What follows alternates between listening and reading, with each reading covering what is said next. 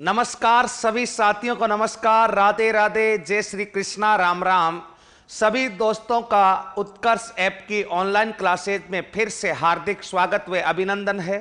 दोस्तों, अपन चर्चा कर रहे हैं राजस्थान राज्य के इतिहास विषय के ऊपर, और राजस्थान राज्य के इतिहास के अंतर्गत मित्रों अपन चौहान राजवंश, काफी दिनों से चौहानों के इतिहास पर चर्चा कर रहे हैं। पहले सांबर के चौहान, फिर अजमेर के चौहान, फिर रणथंभौर के चौहान, और कल दोस्तों अपन ने कल अपन ने एंट्री मारी थी जालोर में, यानी जालोर के चौहान राजवंश के ऊपर चर्चा कर रहे हैं। मित्रों, जालोर के चौहान राजवंश में एक महत्वपूर्ण शासक है कानड़ देव चौहान। उस कानड़ देव चौहान का इतिहास ही जालोर का इतिहास है, यानी पूरा का पूरा इतिहास जो है कानड़ देव चौहान के ऊपर टिका हुआ है, क्योंकि जो सबसे महत्वपूर्ण ऐतिहासिक घटनाएं होती है वो कानड़ देव चौहान के बारे में, कानड़ देव चौहान के काल में होती है। मित्रों, जालोर के बारे में अपन ने कल सामान्य परिचय पढ़ा था कि जालोर का पुराना नाम क्या था। स्वर्णगिरी था, इसके अलावा सोनगढ़ था, जालनगर था, जलालाबाद था, जबालीपुर था। ये जालोर के प्राचीन नामों का बारे में अपन ने देखा था। और उसके बाद मित्रों मैंने आपको बताया कि 1182 ईस्वी में अल्हड़ के पुत्र कीर्तिपाल चौहान के द्वारा यहां पर जालोर में चौहान राजवंश की नींव डाली जाती है। और जो कीर्तिपाल चौहान है, उस कीर्तिपाल चौहान की दो उपाधियां अपने सामने निकल करके आई थी। मैंने कहा कि एक उपाधि इसकी राजेश्वर की उपाधि जो सुंदा पर्वत के शिलालेख में मिली, और दूसरी उपाधि इसको दी थी मुढ़ोत नैनसी ने कित्तू, एक महान राजा की उपाधि। मित्रों, मैंने कीर्तिपाल के बाद आपको बताया कीर्तिपाल ने जो यहां पर जालोर में चौहान वंश की नींव डाली थी, उस जालोर के चौहानों को सोनगरा चौहान कहते हैं। पाली के चौहान और नाडोल के चौहान भी सोनगरा चौहान कहलाते हैं। और जब अपने चौहानों का सामान्य परिचय, चौहानों की उत्पत्ति के सिद्धांत अपने पढ़े थे, तब मैंने आपको बताया था कि सोनगरा चौहानों की जो कुलदेवी है उसका नाम है आशापुरा माता, और आशापुरा माता का जो मंदिर बना हुआ है वो नाडोल पाली में बना हुआ है। मित्रों, उसके बाद अपन ने देखा कि कीर्तिपाल के बाद में उसका पुत्र समर सिंह के बाद में उदय सिंह के बारे में अपन ने देखा कि दो प्रमुख आक्रमण हुए। एक तो इल्तुतमिश का आक्रमण हुआ दिल्ली के शासक का 1228 ईस्वी में, और एक 1254 ईस्वी में दिल्ली के शासक नासिरुद्दीन महमूद का आक्रमण हुआ। मित्रों, उसके बाद अपन ने देखा था शासक बना था चचिक देव, और चचिक देव के बाद में दोस्तों जो अगला शासक बनता है, जो जालोर का महत्वपूर्ण शासक, उसका नाम है कानड़ देव। यानी सबसे पहले कीर्तिपाल आया, फिर समर सिंह आया, फिर उदय सिंह आया, फिर चचिक देव आया, और चचिक देव के बाद में जो अगला शासक आ रहा है दोस्तों, उसका नाम है कानड़ देव चौहान। तो देखते हैं कानड़ देव चौहान के बारे में दोस्तों क्या क्या जानकारी मिलती है। कानड़ देव चौहान, और कानड़ देव चौहान का दोस्तों जो शासनकाल है वो ज्यादा लंबा शासनकाल तो नहीं है, लेकिन फिर भी शासनकाल बड़ा महत्वपूर्ण है। 1305 से 1311 तक का शासनकाल माना जाता है। हालांकि मित्रों ये शासक जो है 1305 से पहले ही बन जाता है, लेकिन जो मुख्य शासनकाल है इसका बताओ कब से माना जाता है, 1305 से 1311। वैसे ये शासक 1298 से ही था। दोस्तों देखिएगा, कानड़ देव चौहान के बारे में मैं चर्चा करना चाहूंगा। और कानड़ देव जो चौहान है, पहले इसके मैं साधारण सी जानकारी आपको बता देता हूं। कानड़ देव चौहान के इतिहास की जानकारी, अगर आपसे पूछा जाए कि कानड़ देव चौहान के इतिहास की जो जानकारी है, वो कानड़ देव चौहान के इतिहास की जानकारी कहां से मिलती है, तो मित्रों ध्यान रखना, एक ग्रंथ है कानड़ रे प्रबंध। बताओ इतिहास की जानकारी कहां से मिलती है, ग्रंथ कानड़ रे प्रबंध। और जो ग्रंथ कानड़ रे प्रबंध है, इसका रचयिता जो है दोस्तों, उसका नाम है पद्मनाभ। बताओ इसका रचयिता कौन है, पद्मनाभ। पिछले कांस्टेबल के पेपर में सीधा सा प्रश्न उठ करके आया था कि ग्रंथ कानड़ रे प्रबंध के रचयिता कौन है, पद्मनाभ। मित्रों, कानड़ देव के इतिहास की जितनी भी ऐतिहासिक घटनाएं अपने को मिलती है, वो सारी की सारी ऐतिहासिक घटनाएं इसी ग्रंथ कानड़ रे प्रबंध से मिलती है। दोस्तों देखिएगा, कुछ मैं साधारण सी और बातें बता दूं। अगर आपसे पूछा जाए कि कानड़ देव चौहान की पत्नी का नाम क्या था, तो दोस्तों कानड़ देव चौहान की जो पत्नी है, उस कानड़ देव चौहान की पत्नी का नाम था जैतल देवी। बताइए क्या नाम था, कानड़ देव चौहान की पत्नी का नाम था दोस्तों जैतल देवी।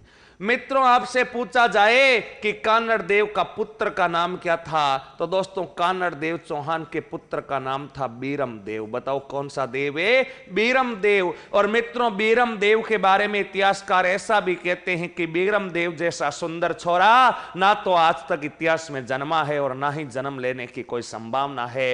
इतना खूबसूरत जो राजकुमार था, उस राजकुमार का नाम बताओ दोस्तों कौन सा देव था? बीरम देव था। यह भी अपने को थोड़ा सा ध्यान में रखना है। मित्रों कानड़ देव का जो प्रधानमंत्री था, यानी कानड़ देव के दरबार में जो प्रधानमंत्री हुआ करता था, उस प्रधानमंत्री का जो नाम था मित्रों, उस प्रधानमंत्री का नाम था आकल। प्रधानमंत्री जो है, उस प्रधानमंत्री का जो नाम बताया जाता है वो बताया जाता है राव लोका।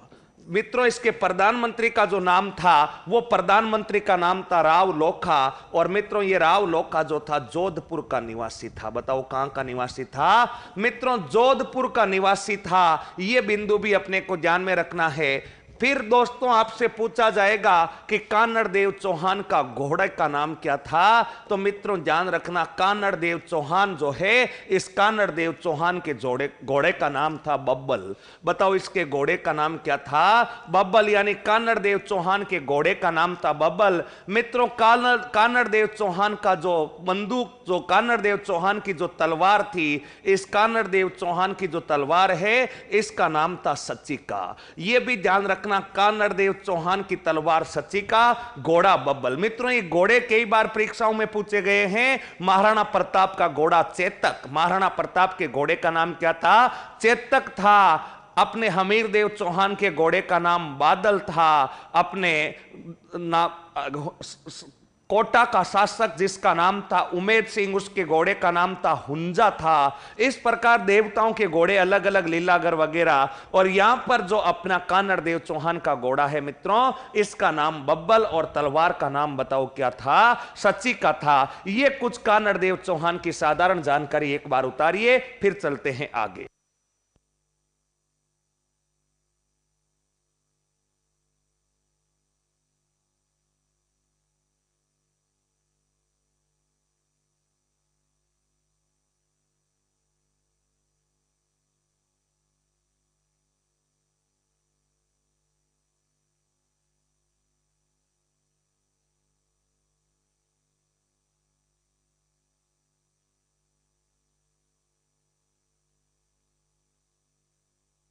उतार लिया सभी ने। तो दोस्तों यह है कानड़ देव चौहान का प्रमुख रूप से साधारण सा परिचय। घोड़े का नाम बबल और तलवार का नाम था सचिका, पत्नी का नाम था जेतल देवी, पुत्र का नाम बीरम देव और प्रधानमंत्री राव लोका। और इसके इतिहास की जानकारी बताओ कहां से मिलती है? ग्रंथ कानड़ रे प्रबंध से मिलती है।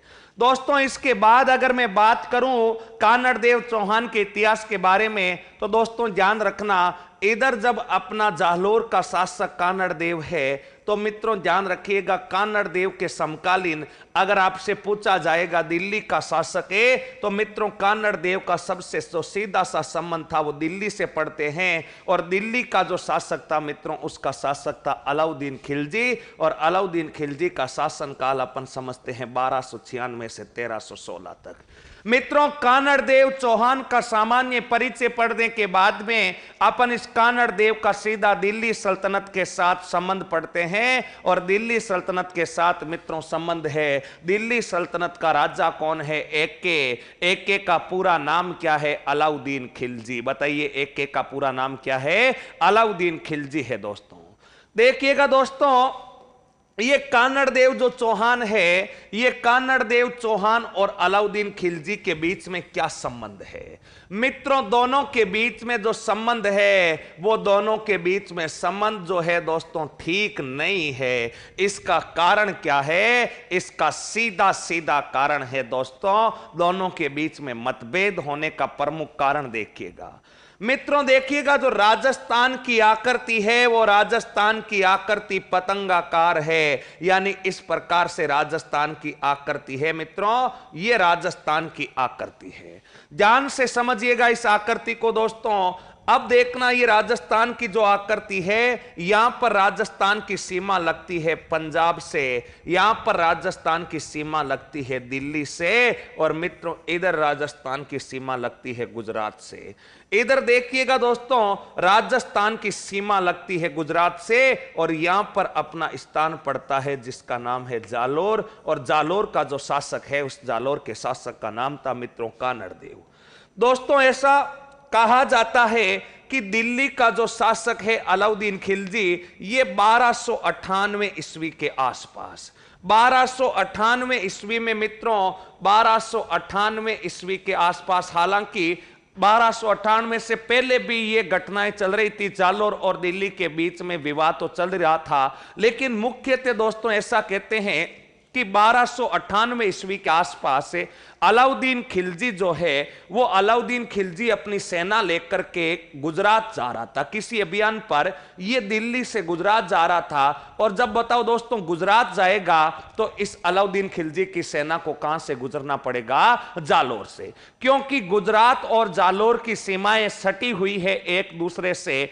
अब जब अलाउद्दीन खिलजी मित्रों इस गुजरात अभियान पर जा रहा था, रास्ते में जालोर आया, तो जालोर के सैनिकों ने इस अलाउद्दीन खिलजी की सेना को जालोर में से गुजरने से मना कर दिया।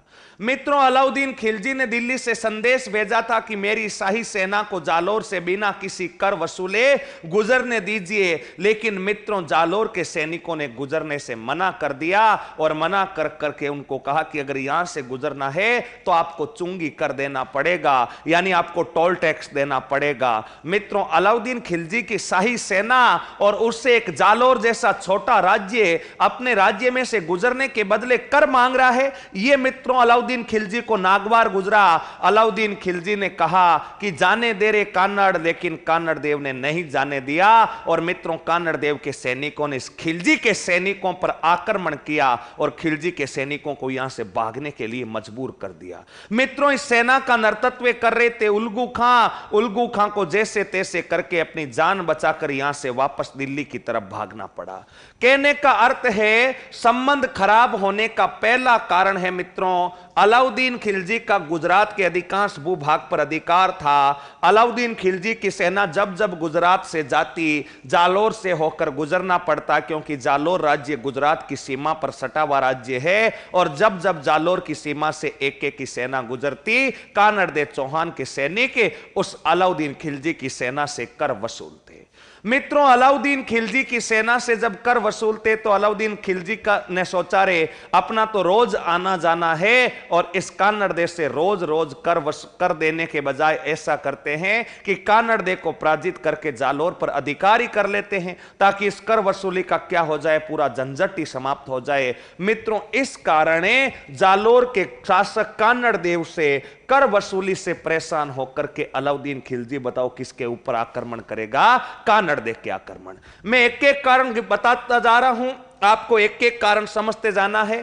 कानड़ देव जो चौहान है, इस कानड़ देव चौहान के बारे में जो पहला कारण था दुश्मनी का, कानड़ देव चौहान और अलाउद्दीन खिलजी के बीच पहला कारण था दोस्तों अलाउद्दीन की खिलजी की सेना से कर वसूली, यानी जालोर में से गुजरते समय कर वसूली करता था कानड़ देव। इस कारण दोस्तों इस बात का जो उल्लेख होता है वो ग्रंथ कानड़ रे प्रबंध में कर रखा है। बताओ कौन से ग्रंथ में कर रखा है? ग्रंथ कानड़ रे प्रबंध। ग्रंथ कानड़ रे प्रबंध जिसको पद्मनाभ ने लिखा, उसमें यही बात उल्लेखित है कि अलाउद्दीन खिलजी और अपने कानड़ देव के बीच दुश्मनी का प्रमुख कारण अलाउद्दीन खिलजी की सेना से जालोर में से गुजरने के बदले कर वसूलना था। इस कारण अलाउद्दीन खिलजी कानड़ देव को पराजित करके जालोर पर अधिकार चाहता था, ताकि कर वसूली से मुक्ति पाई जा सके। कारण नंबर 1 दुश्मनी का।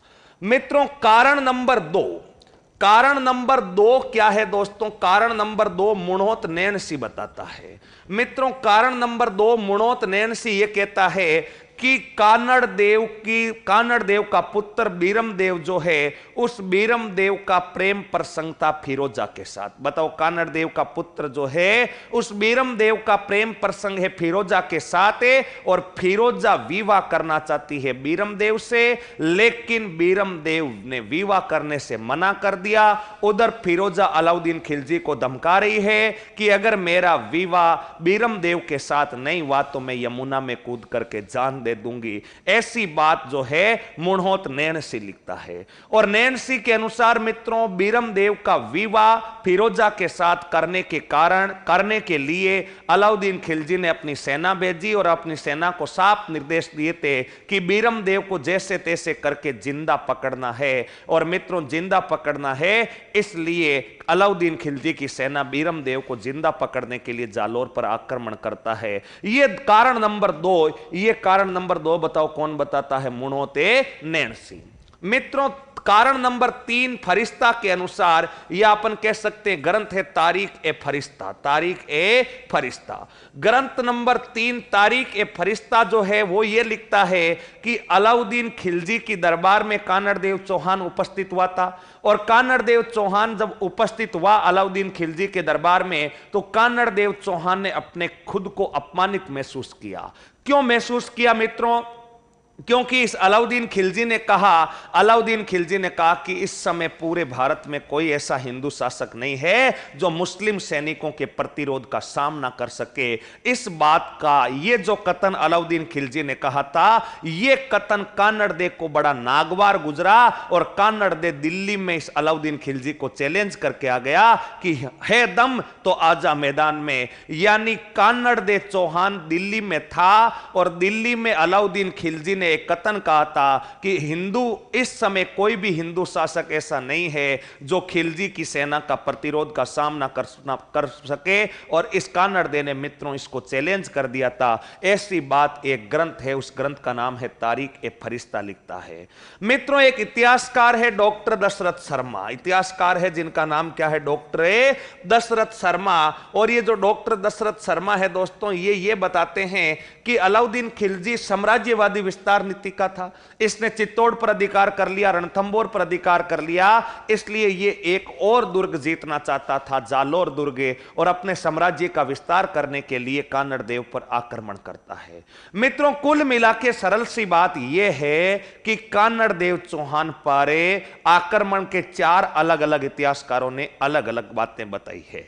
कानड़ देव चौहान और अलाउद्दीन खिलजी के बीच संबंध यानी आक्रमण के 4 प्रमुख कारण कानड़ रे प्रबंध के अनुसार यह लिखा गया है। दोबारा से सुन ले, साफ शब्दों में सुन ले।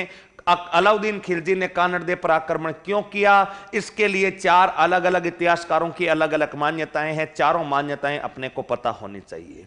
पहली मान्यता ग्रंथ कानड़ रे प्रबंध के अनुसार, ग्रंथ कानड़ रे प्रबंध का रचयिता कौन है? पद्मनाभ। उसने कहा कि कानड़ देव चौहान ने जब अलाउद्दीन खिलजी की सेना से कर वसूलना शुरू किया था, अलाउद्दीन खिलजी का रोजाना गुजरात आना जाना था और आने जाने पर कर वसूलता था। इस कारण कर वसूली से परेशान होकर के अलाउद्दीन खिलजी ने कानड़ देव पर आक्रमण किया। मित्रों, दूसरा मुणहोत नैणसी लिखता है। मुणहोत नैणसी बताता कि नहीं, ऐसा नहीं था।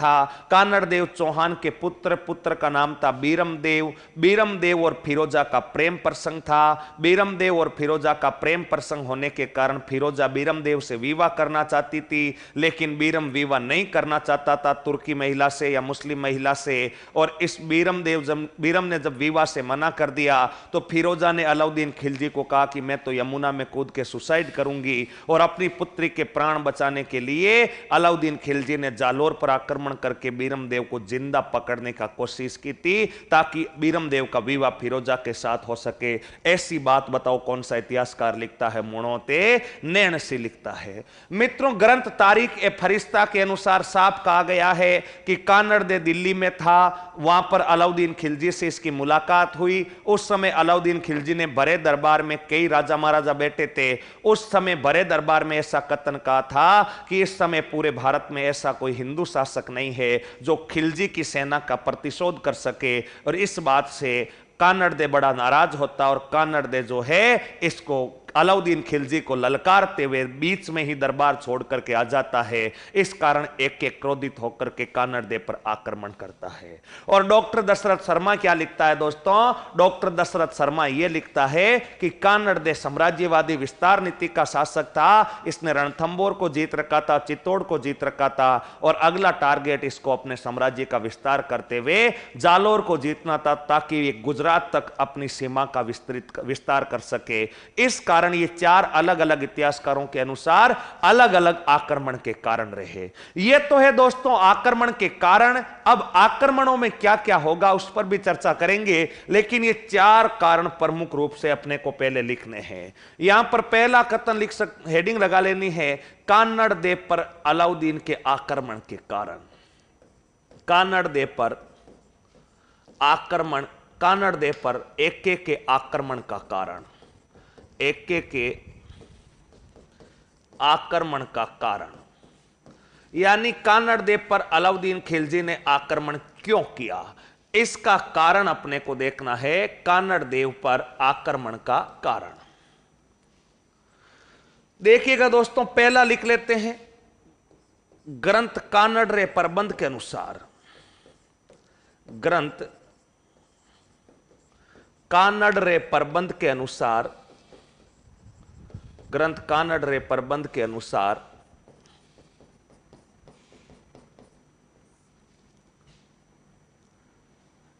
एके की सेना से, एके की सेना से, एके की सेना से जालोर से गुजरने के बदले, जालोर से गुजरने के बदले, जालोर से गुजरने के बदले कर वसूलना था, कर वसूलना था। नंबर 2, मुणहोत नैणसी के अनुसार, मुणहोत नैणसी के अनुसार, मुणहोत नैणसी के अनुसार इस आक्रमण का प्रमुख कारण, इस आक्रमण का प्रमुख कारण फिरोजा वे बीरम का प्रेम प्रसंग था, फिरोजा वे बीरम का प्रेम प्रसंग था। नेक्स्ट, डॉक्टर दशरथ शर्मा के अनुसार, डॉक्टर दशरथ शर्मा के अनुसार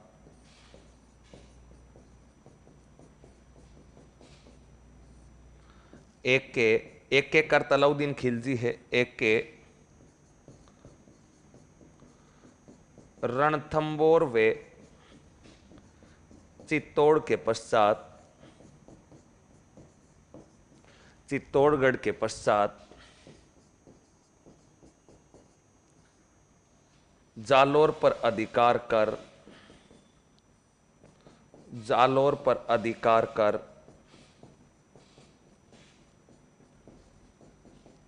अपना साम्राज्य विस्तार करना चाहता, अपना साम्राज्य विस्तृत करना चाहता।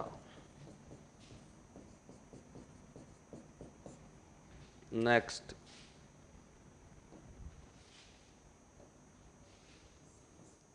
तारीख ए फरिश्ता के अनुसार, तारीख ए फरिश्ता के अनुसार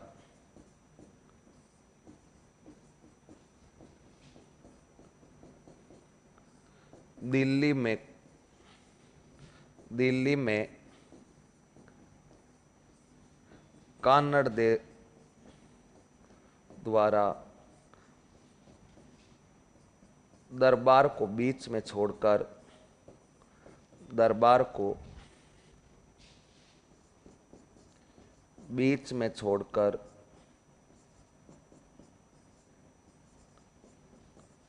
जालोर आने के कारण, जालोर आने के कारण एके ने आक्रमण किया। एके ने बताओ क्या किया? आक्रमण। ये 4 कारण थे जिनके कारण एके द्वारा कानड़ पर आक्रमण किया जाता है। आक्रमण कब होता, कैसे होता, उन पर भी चर्चा करेंगे, लेकिन पहले ये कारण लिखिएगा।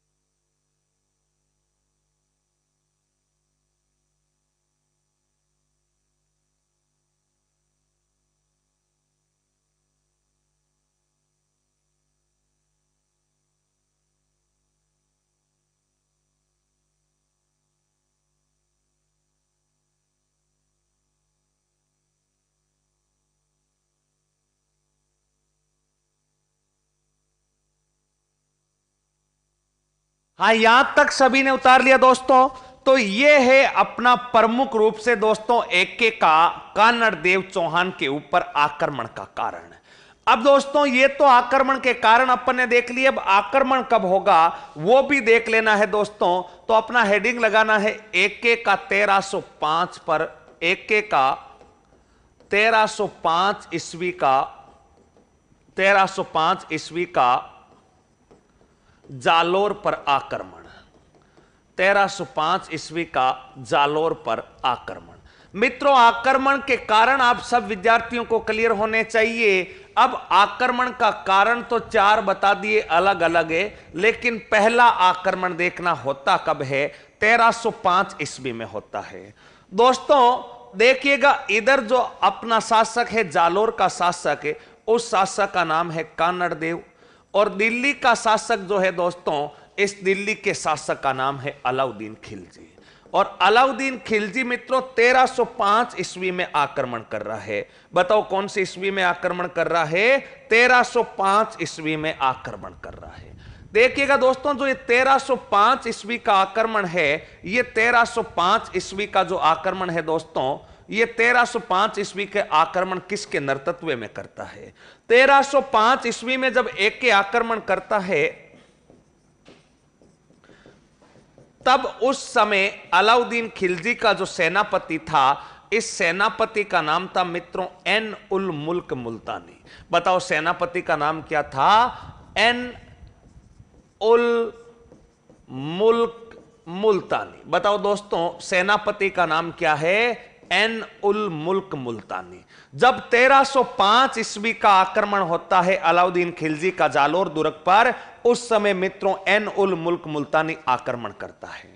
मित्रों ये मुल्तानी आता है जालोर दुर्ग पर आक्रमण के लिए, लेकिन दोस्तों मुल्तानी के आते ही कानड़ देव चौहान समझ जाता है कि एक एक की सेना का मित्रों, एक एक की सेना का सामना इस समय करना ठीक नहीं है। एक एक की सेना दोस्तों बड़ी शक्तिशाली थी उस समय, इसलिए 1305 ईस्वी में दोस्तों कानड़ देव जो है, ये कानड़ देव ने आक्रमण नहीं करके इस एन उल मुल्क मुल्तानी के साथ में दोस्तों एक संधि कर ली। बताओ इसके साथ एक क्या कर ली? संधि।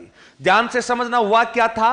1305 में एके ने एन उल मुल्क मुल्तानी के नेतृत्व में सेना भेजी, और जब सेना भेजी तो उस समय कानड़ देव चौहान पर जैसे ही जालोर में यह सेना पहुंची, कानड़ देव चौहान मित्रों अलाउद्दीन खिलजी की सेना के साथ में संधि वार्ता का प्रस्ताव भेजता है। और संधि वार्ता का जब प्रस्ताव भेजता है तो मुल्तानी इस संधि वार्ता को दोस्तों स्वीकार कर लेता है। मित्रों इस संधि के तहत क्या हुआ था, इस संधि के तहत हुआ यह था कि कान्हड़ देव का पुत्र, और कान्हड़ देव के पुत्र का नाम है बीरम देव। बताओ, कान्हड़ देव का पुत्र और कान्हड़ देव के पुत्र का नाम कौन सा देव है? बीरम देव। मित्रों, कान्हड़ देव का पुत्र बीरम देव, और इस बीरम देव की नियुक्ति किसके दरबार में की जानी होगी? एके के दरबार में नियुक्ति की करनी पड़ेगी। मित्रों, ऐसा कहते हैं कि कान्हड़ देव चौहान जो है वो इस बात पर सहमत हो जाता है। कान्हड़ देव चौहान एके की अधीनता स्वीकार करता है और अपने पुत्र बीरम देव की नियुक्ति बताओ किसके दरबार में कर देता है? अलाउद्दीन खिलजी के दरबार में कर देता है। 1305 के आक्रमण में कोई ज्यादा विनाश नहीं हुआ। 1305 के आक्रमण में कोई ज्यादा विनाश नहीं हुआ। हालांकि एक दो सेनापतियों का विनाश तो जरूर हुआ था, लेकिन 1305 के आक्रमण के तहत दोस्तों ध्यान रखना, इस कान्हड़ देव चौहान के पुत्र बीरम देव चौहान की जो नियुक्ति है वो कान्हड़ देव चौहान के पुत्र बीरम देव की नियुक्ति बताओ कहां पर कर दी जाती है? इस अलाउद्दीन खिलजी के दरबार में कर दी जाती है। अब यहां तक दो लाइनें लिख सकते हैं दोस्तों। पहला लाइन केवल और केवल 1305 के आक्रमण में आपको यही याद रखना है। पहला बिंदु क्या लिखना है? एके के 1305 ईस्वी के आक्रमण के समय, 1305 ईस्वी के आक्रमण के समय, 1305 ईस्वी के आक्रमण के समय सेनापति, एके का सेनापति, एके का सेनापति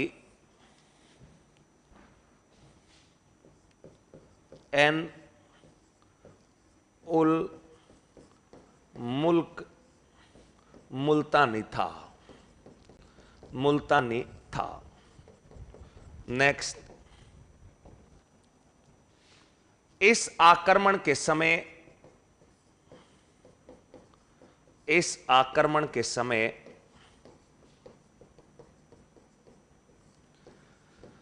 कान्हड़ देव चौहान ने, कान्हड़ देव चौहान ने मुल्तानी के साथ संधि कर, मुल्तानी करते सेनापति, मुल्तानी के साथ संधि कर, मुल्तानी के साथ संधि कर अपने पुत्र बीरम देव की नियुक्ति, अपने पुत्र बीरम देव की नियुक्ति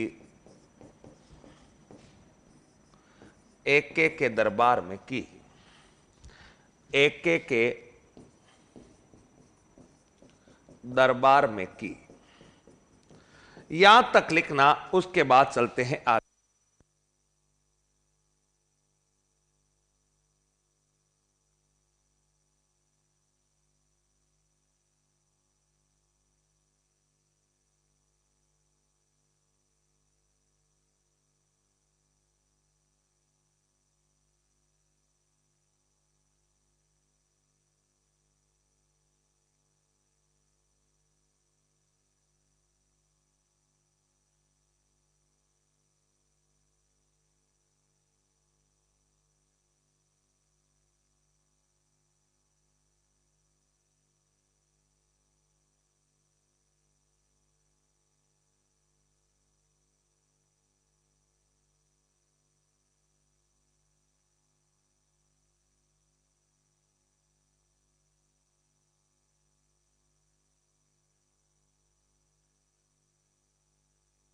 हाँ, यहां तक सभी ने लिख लिया दोस्तों।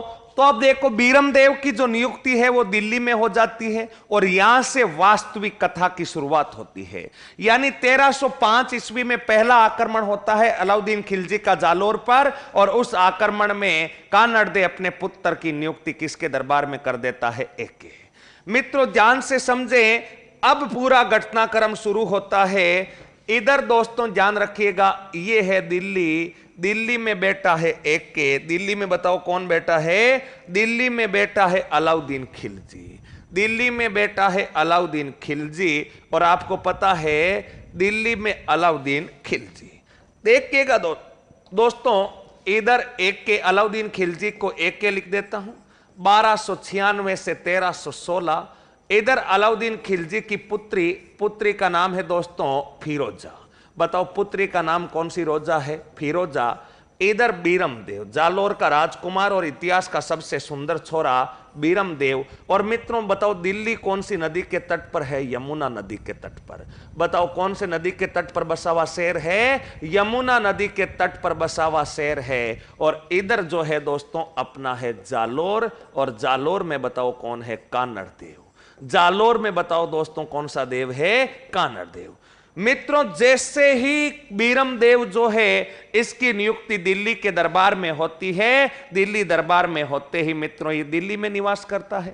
और दोस्तों दिल्ली में जैसे ही फिरोजा की नजर बीरम पर पड़ती है, मित्रों बीरम देव को प्रेम हो जाता है किससे? इस फिरोजा को प्रेम हो जाता है किससे? बीरम देव से। मित्रों पहली ही नजर में इस फिरोजा को प्रेम हो जाता है। और जब फिरोजा को प्रेम हो जाता है तो मित्रों फिरोजा अपने पिता एके को कहती है कि बापू शादी करूंगी। बापू क्या करूंगी? शादी करूंगी। इस बापू ने कहा, एके ने कहा किसके साथ करेगी? तो इसने फिरोजा ने कहा कि मैं तो शादी करूंगी कौन से देव के साथ? बीरम देव के साथ। बताओ कौन से देव के साथ? बीरम देव। मित्रों इस एके ने अपनी पुत्री फिरोजा को समझाया, बोला तेरा दिमाग तो खराब नहीं हो गया है? एक दिल्ली सुल्तान, मुस्लिम सुल्तान की छोरी एक हिंदू लड़के के साथ विवाह करेगी, मेरी इज्जत को तो मिट्टी में मिलाएगी। ऐसी बात अलाउद्दीन खिलजी बताओ किसको कहता है? फिरोजा को कहता है। लेकिन दोस्तों फिरोजा के दिल और दिमाग में केवल एक ही नाम बस रखा है, कौन सा देव? बीरम देव। फिरोजा ने एके को कहा कि बापू शादी करूंगी तो बीरम से करूंगी, नहीं तो मैं तो किस में कूद करके जान दे दूंगी? यमुना में कूद करके जान दे दूंगी। मित्रों अलाउद्दीन खिलजी को सीधी धमकी देती है फिरोजा सुसाइड करने की। बताओ कौन सी नदी में कूद कर जान देने की? इस यमुना नदी में। आप बताइए एक दिल्ली के सुल्तान की पुत्री अगर सुसाइड करेगी यमुना में कूद करते, तो उस अलाउद्दीन खिलजी की पूरे हिंदुस्तान में क्या इज्जत रह जाएगी? पूरे के पूरे शासक इस पर थू थू करेंगे, क्योंकि वो एक पुत्री की इच्छा पूरी नहीं कर सकता इतना बड़ा सुल्तान होके। इसलिए मित्रों अलाउद्दीन खिलजी अपनी पुत्री फिरोजा को समझाता है, समझाने का सैकड़ों बार प्रयत्न करता है, देख फिरोजा ये मत कर, वो मत कर, फलाना ढीकड़ा। लेकिन मित्रों फिरोजा के दिल और दिमाग में केवल एक ही नाम बसा हुआ है, बीरम देव। मित्रों बार बार फिरोजा एके को दबाव बना रही है, तो अंत में एके मजबूर होकर के फिरोजा को कहता है ठीक है, मैं बीरम देव से बात करता हूं और तेरी शादी की बात करता हूं। मित्रों फिरोजा खुशी के मारे फूले नहीं समा रही थी, क्योंकि इसे पता था कि आज मेरे बापू सगाई की बात करेंगे तो निश्चित एक दो दिन में सगाई हो जाएगी। मित्रों ऐसा कहते हैं इतिहासकार कि ये एके बीरम देव के पास आता और बीरम देव को आकर के कहता है कि बीरम देव इतने दिन तक तो मेरा बंधक था, इतने दिनों तक तो मेरा अधीन गुलाम राजकुमार था, आज के बाद तू राजकुमार नहीं मेरा पावना बन जा, मेरा जमाई बन जा। बोला क्या बात है बताइए, सीधी सीधी बात कीजिए। इस एके ने बीरम को कहा कि आपको मेरी पुत्री फिरोजा से विवाह करना पड़ेगा। इस बीरम ने कहा सॉरी। बीरम ने क्या कहा? सॉरी, मैं मुस्लिम लड़की के साथ में विवाह नहीं कर सकता। ऐसी बात मित्रों बीरम देव अलाउद्दीन खिलजी को कहता है। मित्रों अलाउद्दीन खिलजी बड़ा गुस्से में आता है कि दिल्ली के सुल्तान की पुत्री से विवाह करने के लिए तो बिना सोचे समझे ना कर दिया। इतना गुस्से में होता है, लेकिन जैसे तैसे करके अलाउद्दीन खिलजी या बीरम देव से दूर चला जाता है, अपने कक्ष में चला जाता है। इधर मित्रों फिरोजा अपने बापू का इंतजार कर रही है, क्योंकि फिरोजा को पता था कि बापू कोई शुभ समाचार लाएंगे। मित्रों फिरोजा वापस अलाउद्दीन खिलजी से मुलाकात करती है और मुलाकात करके कहती कि बापू सगाई हो गई क्या? इस एके ने कहा कि बीरम ने सगाई के लिए मना कर दिया। बीरम ने सगाई के लिए क्या कर दिया? मना कर दिया। तो मित्रों इस फिरोजा ने कहा कि मैं तो जा रही हूं यमुना में। यानी इसने फिर से धमकी दे दी अलाउद्दीन खिलजी को कि मैं तो यमुना में कूद करके आत्महत्या करूंगी।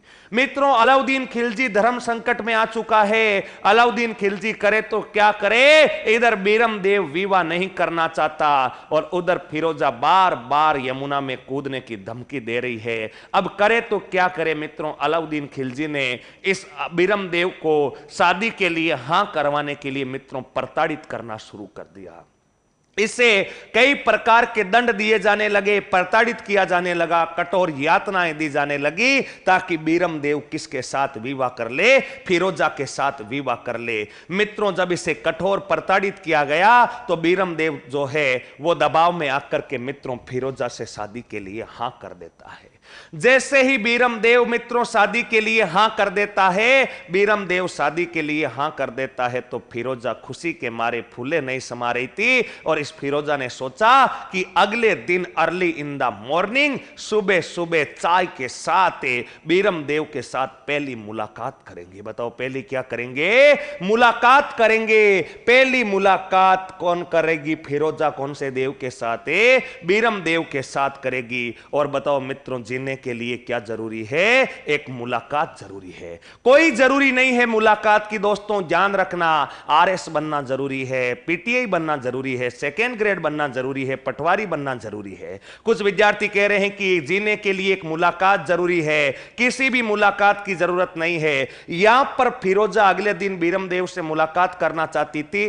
दोस्तों, बीरम देव मन ही मन सोच रहा है, रे अगर 2-4 दिन यहां रुक गए, अगर 2-4 दिन यहां पर रुक गए तो शादी पहले होगी, सगाई बाद में होगी, क्योंकि इतना उतावलापन दिखा रही है कौन सी? रोजा, फिरोजा। कौन सी? रोजा, फिरोजा। मित्रों, बीरम देव यहां दिल्ली से भागने की योजना बना रहा है, क्योंकि अगर बीरम देव कुछ समय के लिए अगर यहां पर रुका तो फिरोजा के साथ में विवाह करना पड़ेगा, जो बीरम को कतई मंजूर नहीं था। बीरम ने तो इस कठोर यातनाओं से परेशान होकर के फिरोजा के साथ विवाह की हामी भरी थी। मित्रों, दोस्तों, अगले दिन फिरोजा मिलना चाहती है, लेकिन उसी दिन बीरम रात को मंडोर सुपरफास्ट पकड़ता है प्लेटफॉर्म नंबर 5 से और सीधा जोधपुर आ जाता है। बताओ सीधा कहां जाता है? जोधपुर। यानी बीरम देव इस अलाउद्दीन खिलजी के दरबार से फरार हो जाता है।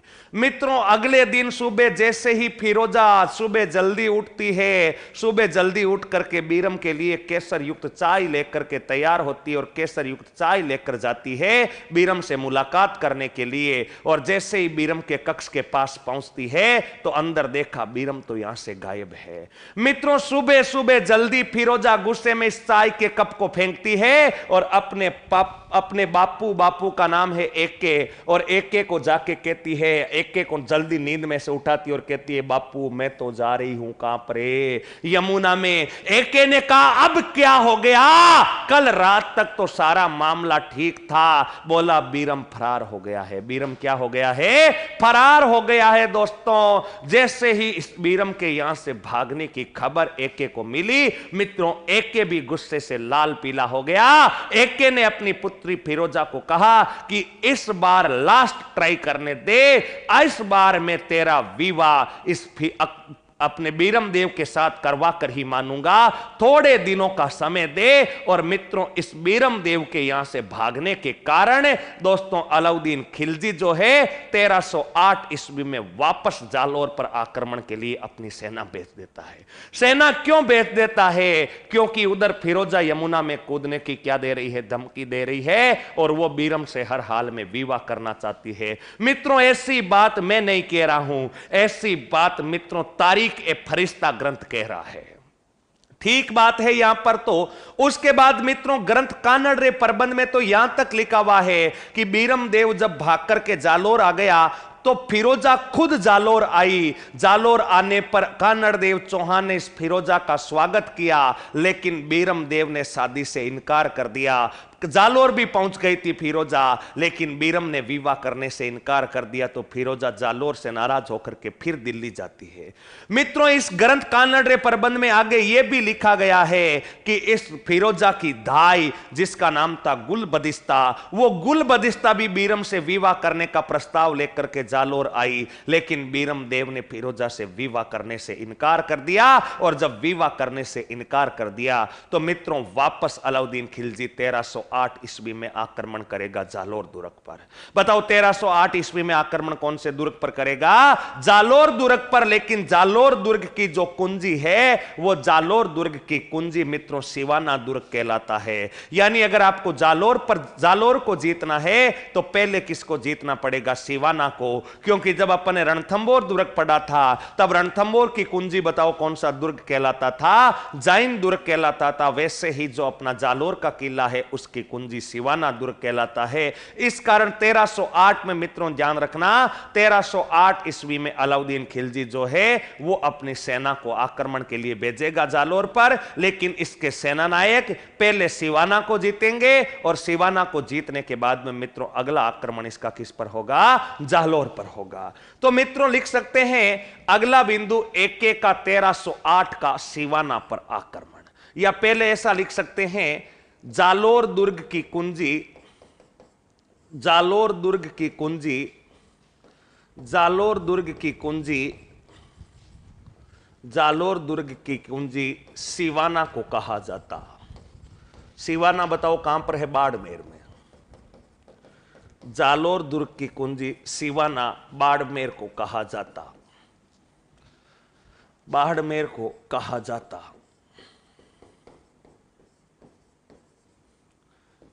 एके ने 1308 ईस्वी में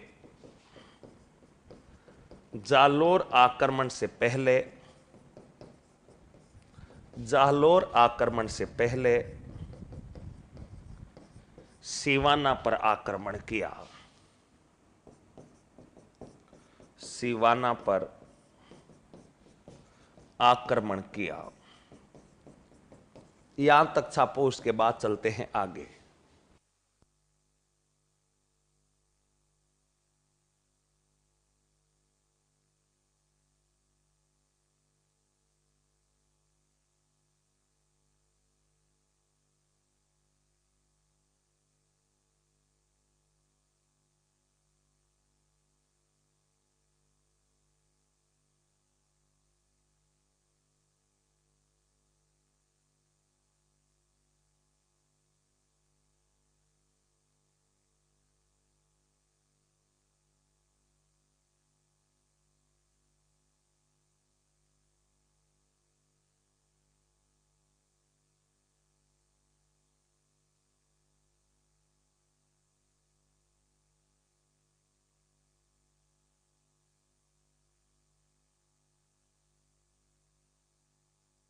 तक उतार दिया दोस्तों। तो अब देखना सिवाना पर आक्रमण होता है। और सिवाना पर आक्रमण कैसे होता है दोस्तों? इधर देखिएगा, ये इस प्रकार का एक दुर्ग बना हुआ है। इधर सिवाना दुर्ग, बताओ सिवाना दुर्ग बना हुआ है। ये है अपना सिवाना दुर्ग। और सिवाना दुर्ग बताओ दोस्तों कहां पर पड़ता है? बाड़मेर में। सिवाना दुर्ग और ये सिवाना दुर्ग जो है दोस्तों बाड़मेर में पड़ता है। ये जो दोस्तों सिवाना दुर्ग है बाड़मेर वाला, अगर आपसे पूछा जाए इसका निर्माण किसने करवाया तो दोस्तों ध्यान रखना इसका निर्माण तो जो पहले ही हो गया था, निर्माण करवाया था वीर नारायण पंवार ने। बताओ इसका निर्माण किसने करवाया था? वीर नारायण पंवार ने इस दुर्ग का क्या करवाया था? निर्माण करवाया था। दोस्तों ध्यान रखिएगा, जब वीर नारायण ने इस दुर्ग का निर्माण करवाया, लेकिन एके का 1308 ईस्वी का आक्रमण, एके का 1308 ईस्वी का आक्रमण। और इस समय एके का जो सेनापति था दोस्तों, उस एके के सेनापति का नाम था कमालुद्दीन गुर्ग। बताओ एके के सेनापति का नाम कौन सा गुर्ग था? कमालुद्दीन गुर्ग। एके ने जब 1308 ईस्वी में सिवाना पर आक्रमण किया था, उस समय जो एके का सेना नायक था वो एके का सेना नायक बताओ कौन था? एके का सेना नायक का नाम था कमालुद्दीन गुर्ग। देखिएगा ये आया इधर कमालुद्दीन गुर्ग 1308 ईस्वी में, 1308 ईस्वी में, 1308 ईस्वी का आक्रमण। और 1308 ईस्वी का आक्रमण हुआ था सिवाना पर। और मित्रों इस समय सिवाना का जो शासक था 1308 ईस्वी में, अगर सिवाना का शासक पूछा जाए 1308 ईस्वी में सिवाना का शासक, तो उसका नाम था मित्रों सातल देव। बताओ सिवाना के शासक का नाम कौन सा देव था? सिवाना के शासक का नाम था सातल देव। और मित्रों इसी आक्रमण के समय इस सातल देव का जो सेनापति था, इस सातल देव के सेनापति का नाम था दोस्तों भावला पंवार। बताओ सेनापति का नाम क्या था?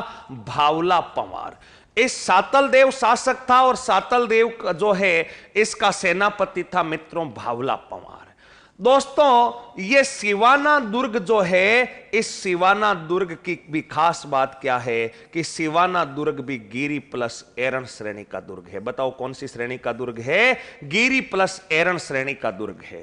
मित्रों गिरी प्लस एरण श्रेणी के दुर्गों की खास बात क्या होती है कि इन दुर्गों का अगर मुख्य दरवाजा बंद कर दिया जाए तो इनको कोई भी दुश्मन की सेना बाहर से इस दुर्ग के अंदर प्रवेश नहीं कर सकती। और जब दुर्ग के अंदर कोई दुश्मन की सेना प्रवेश नहीं कर सकती तो कमालुद्दीन गुर्ग, इसके एक दो सहयोगी भी थे दोस्तों, और उल्गू खां भी था, एक नाम नाहर खां भी था। नाहर खां के अलावा एक इनका सहयोगी था भोज भी था। मित्रों ऐसे कई सहयोगी, कई सेनानायक थे। अब जब इस दुर्ग के दरवाजे बंद कर दिए गए मित्रों, तो लगभग 4.5-5 माह तक कमालुद्दीन की सेना इस दुर्ग की घेराबंदी करके रखती है सिवाना की, लेकिन कमालुद्दीन गुर्ग की सेना को कोई सफलता नहीं मिलती है। मित्रों जब कमालुद्दीन गुर्ग की सेना को कोई सफलता नहीं मिलती, कमालुद्दीन गुर्ग की सेना कई बार इस दुर्ग की दीवारें तोड़ने का प्रयत्न करती है, लेकिन मित्रों दुर्ग की दीवारें अत्यधिक मजबूत होने के कारण तोड़ नहीं पाती।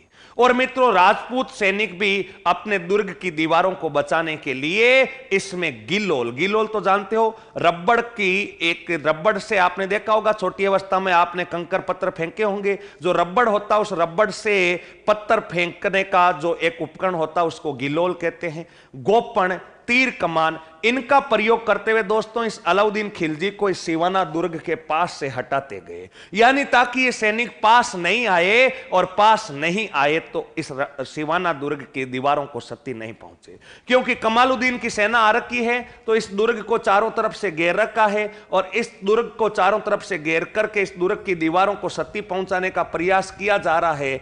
तो राजपूत सैनिक इन सैनिकों को दुर्ग के पास से हटाने के लिए गिलोल का प्रयोग कर रहे हैं, तीर कमान का प्रयोग करें। गोपण मैंने आपको जब आर्ट एंड क्राफ्ट पढ़ाई थी तब बताया था, गोपण एक चमड़े का बना यंत्र होता जिसमें पत्थर डाल करके यूं घुमा के जोर से फेंका जाता, उसको कहते हैं गोपण। उस गोपण का प्रयोग करते हुए इन कमालुद्दीन गुर्ग के सैनिकों को दुर्ग की दीवारों से दूर धकेलते जा रहे हैं। मित्रों 5 महीने हो गए, कोई सफलता नहीं मिली, और इस दौरान कमालुद्दीन गुर्ग के 2 सेनापति भी मारे जा चुके थे, नाहर खां और भोज, लेकिन कमालुद्दीन गुर्ग को कोई सफलता नहीं मिलती।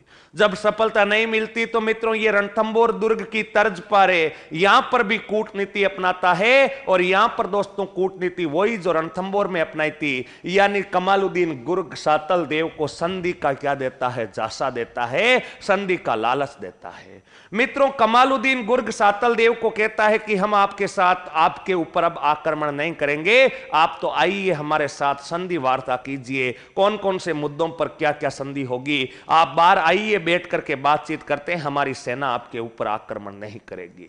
मित्रों सातल देव भी संधि वार्ता के लिए तैयार हो जाता है, लेकिन सातल देव ने भी वही गलती दोहरा दी जो हमीर देव चौहान ने दोहराई थी मित्रों। और हमीर देव चौहान ने क्या दोहराई थी कि हमीर देव चौहान संधि में खुद उपस्थित नहीं होकर के अपना प्रतिनिधि अपने सेनापतियों को बना करके संधि के लिए भेज देता है।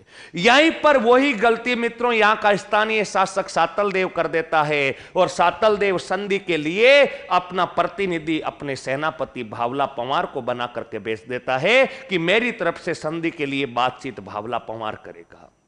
मित्रों भावला पंवार कमालुद्दीन गुर्ग के साथ में बैठता है, तो जिस प्रकार कमालुद्दीन गुर्ग ने रणथंबोर दुर्ग में रणमल व रत्तीपाल को लालच दिया, उसी तर्ज पर इस भावला पंवार को भी मित्रों लालच दिया गया।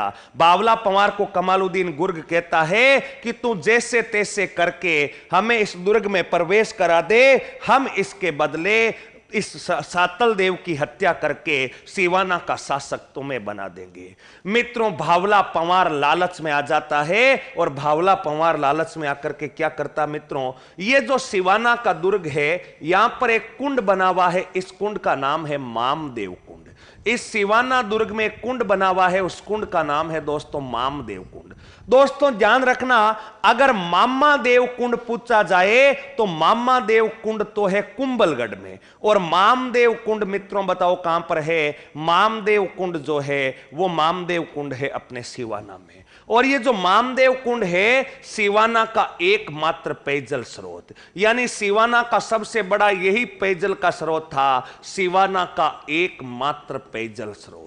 सिवाना में पानी पीने का एकमात्र पेयजल स्रोत ये मामदेव कुंड था। और मित्रों अब जब इस अपने भावला पंवार को कमालुद्दीन गुर्ग लालच दे चुका है, कमालुद्दीन गुर्ग का काम क्या होगा? इस एके की सेना को दुर्ग के अंदर प्रवेश करवाना, ताकि यहां पर सातल देव की मृत्यु के पश्चात भावला पर राजा बन सके, ऐसे लालच दिया जा चुका है। मित्रों रात्रिकालीन समय में जो घटना रणथंभौर में हुई वो की वो घटना यहां पर हो जाती है। और यहां पर घटना घटित क्या होती है? यहां पर भावला पंवार इस मामदेव कुंड में गाय का खून मिला देता है। मित्रों अब सिवाना दुर्ग में पीने के पानी का एकमात्र स्रोत मामदेव कुंड है, और उसी मामदेव कुंड में गौ रक्त मिला दिया गया है, गाय का खून मिला दिया गया है। और जैसे ही सुबह सिवाना के वीर सैनिक उठकर देखते हैं तो देखा कि गौर अपने मामदेव कुंड तो पूरा का पूरा गौ रक्त से लाल है। मित्रों यहां पर सारे के सारे राजपूत राजाओं ने रणथंभौर दुर्ग के तर्ज पर वही रणनीति बनाई, बोला गाय का खून तो नहीं पी सकते, गौ रक्त पीने से तो अच्छा है कि अपना शीश कटा लिया जाए। मित्रों राजपूत सैनिकों ने, सिवाना के सैनिकों ने इस गौ रक्त को पीने की बजाय युद्ध भूमि में जाने का रास्ता चुना, और अंदर पेयजल की कमी होने के कारण मित्रों सातल देव ने इस सिवाना दुर्ग का द्वार खोल दिया, सिवाना दुर्ग का दरवाजा खोल दिया। और जब सिवाना दुर्ग का दरवाजा खोल दिया तो सिवाना दुर्ग का दरवाजा खोलते ही एके की सेना और अपने सातल देव की सेना के बीच में युद्ध होता है। और मित्रों इस युद्ध में अधिकांश राजपूत सैनिक वीर गति को प्राप्त हो जाते हैं। सातल देव खुद लड़ता हुआ वीर गति को प्राप्त हो गया, और सातल देव जिस समय वीर गति को प्राप्त हुआ उसकी रानी मेणा दे जो थी, जैसे ही सातल देव के वीर गति की प्राप्ति की सूचना मिलती है, अर्थात केसरिया की सूचना मिलती है, इस सातल देव की रानी बताओ क्या कर लेती है? जोहर कर लेती है। और जब केसरिया और जोहर एक साथ हो जाए तो उसे बताओ क्या कहते हैं? साका। मित्रों ये सिवाना का जो पहला साका हुआ था ये 2 जुलाई 1308 ईस्वी को हुआ था, यानी सातल देव के साथ भावला पंवार धोखा करने के कारण युद्ध अपने सिवाना दुर्ग के दरवाजे खोले गए। सातल देव एके की सेना के सामने लड़ता हुआ वीर गति को प्राप्त हुआ, और वीर गति को प्राप्त होने के कारण मित्रों इस अपने सातल देव की पत्नी ने जोहर किया, और जहां केसरिया और जोहर एक साथ हो जाए उसे बताओ क्या कहते हैं? साका कहते हैं। दोस्तों अब सिवाना दुर्ग में से सातल देव के सैनिक मारे जा चुके हैं, सिवाना पर कमालुद्दीन गुर्ग का अधिकार हो चुका है, अर्थात अलाउद्दीन खिलजी का अधिकार हो चुका है। अब अलाउद्दीन खिलजी इस सिवाना दुर्ग पर अधिकार करके इस सिवाना दुर्ग का नाम बदल करके मित्रों बताओ कौन सा बात कर देता है? सिवाना दुर्ग का नाम बदल करके दोस्तों अलाउद्दीन खिलजी जो है खेराबाद रख देता है। बताओ क्या रख देता है? खेराबाद। अब बचा बताओ कौन? भावला पंवार। इस भावला पंवार के साथ क्या किया जाएगा? जिस प्रकार रणमल और रत्तिपाल को गद्दार ठहराते हुए उनकी हत्या कर दी गई, उसी प्रकार मित्रों इस भावला पंवार की भी हत्या कमालुद्दीन गुर्ग के द्वारा कर दी जाती है। अर्थात कमालुद्दीन गुर्ग को भी इनका गद्दार बताते हुए अपने इस कमालुद्दीन गुर्ग ने भावला पंवार की भी हत्या कर दी। सातल देव भी लड़ता हुआ वीर गति को प्राप्त हो गया, और 2 जुलाई 1308 ईस्वी को इस सिवाना दुर्ग पर अधिकार हो जाता है अलाउद्दीन खिलजी का। और अलाउद्दीन खिलजी इसका नाम बदल करके बताओ कौन सा बाद कर देता है? खेराबाद कर देता है। यह था मित्रों एके का 1308 का कौन से दुर्ग पर आक्रमण है? सिवाना दुर्ग पर आक्रमण। अब एके का 1311 का आक्रमण, और इस सिवाना के आक्रमण को अपन विस्तृत विवेचना के साथ लिखेंगे अगली क्लास में। आज जो पढ़ाया सबको अच्छे से समझ में आया होगा। उसके बाद फिर मिलते हैं मित्रों अगली क्लास में। तब तक के लिए सभी साथियों को नमस्कार, राम राम।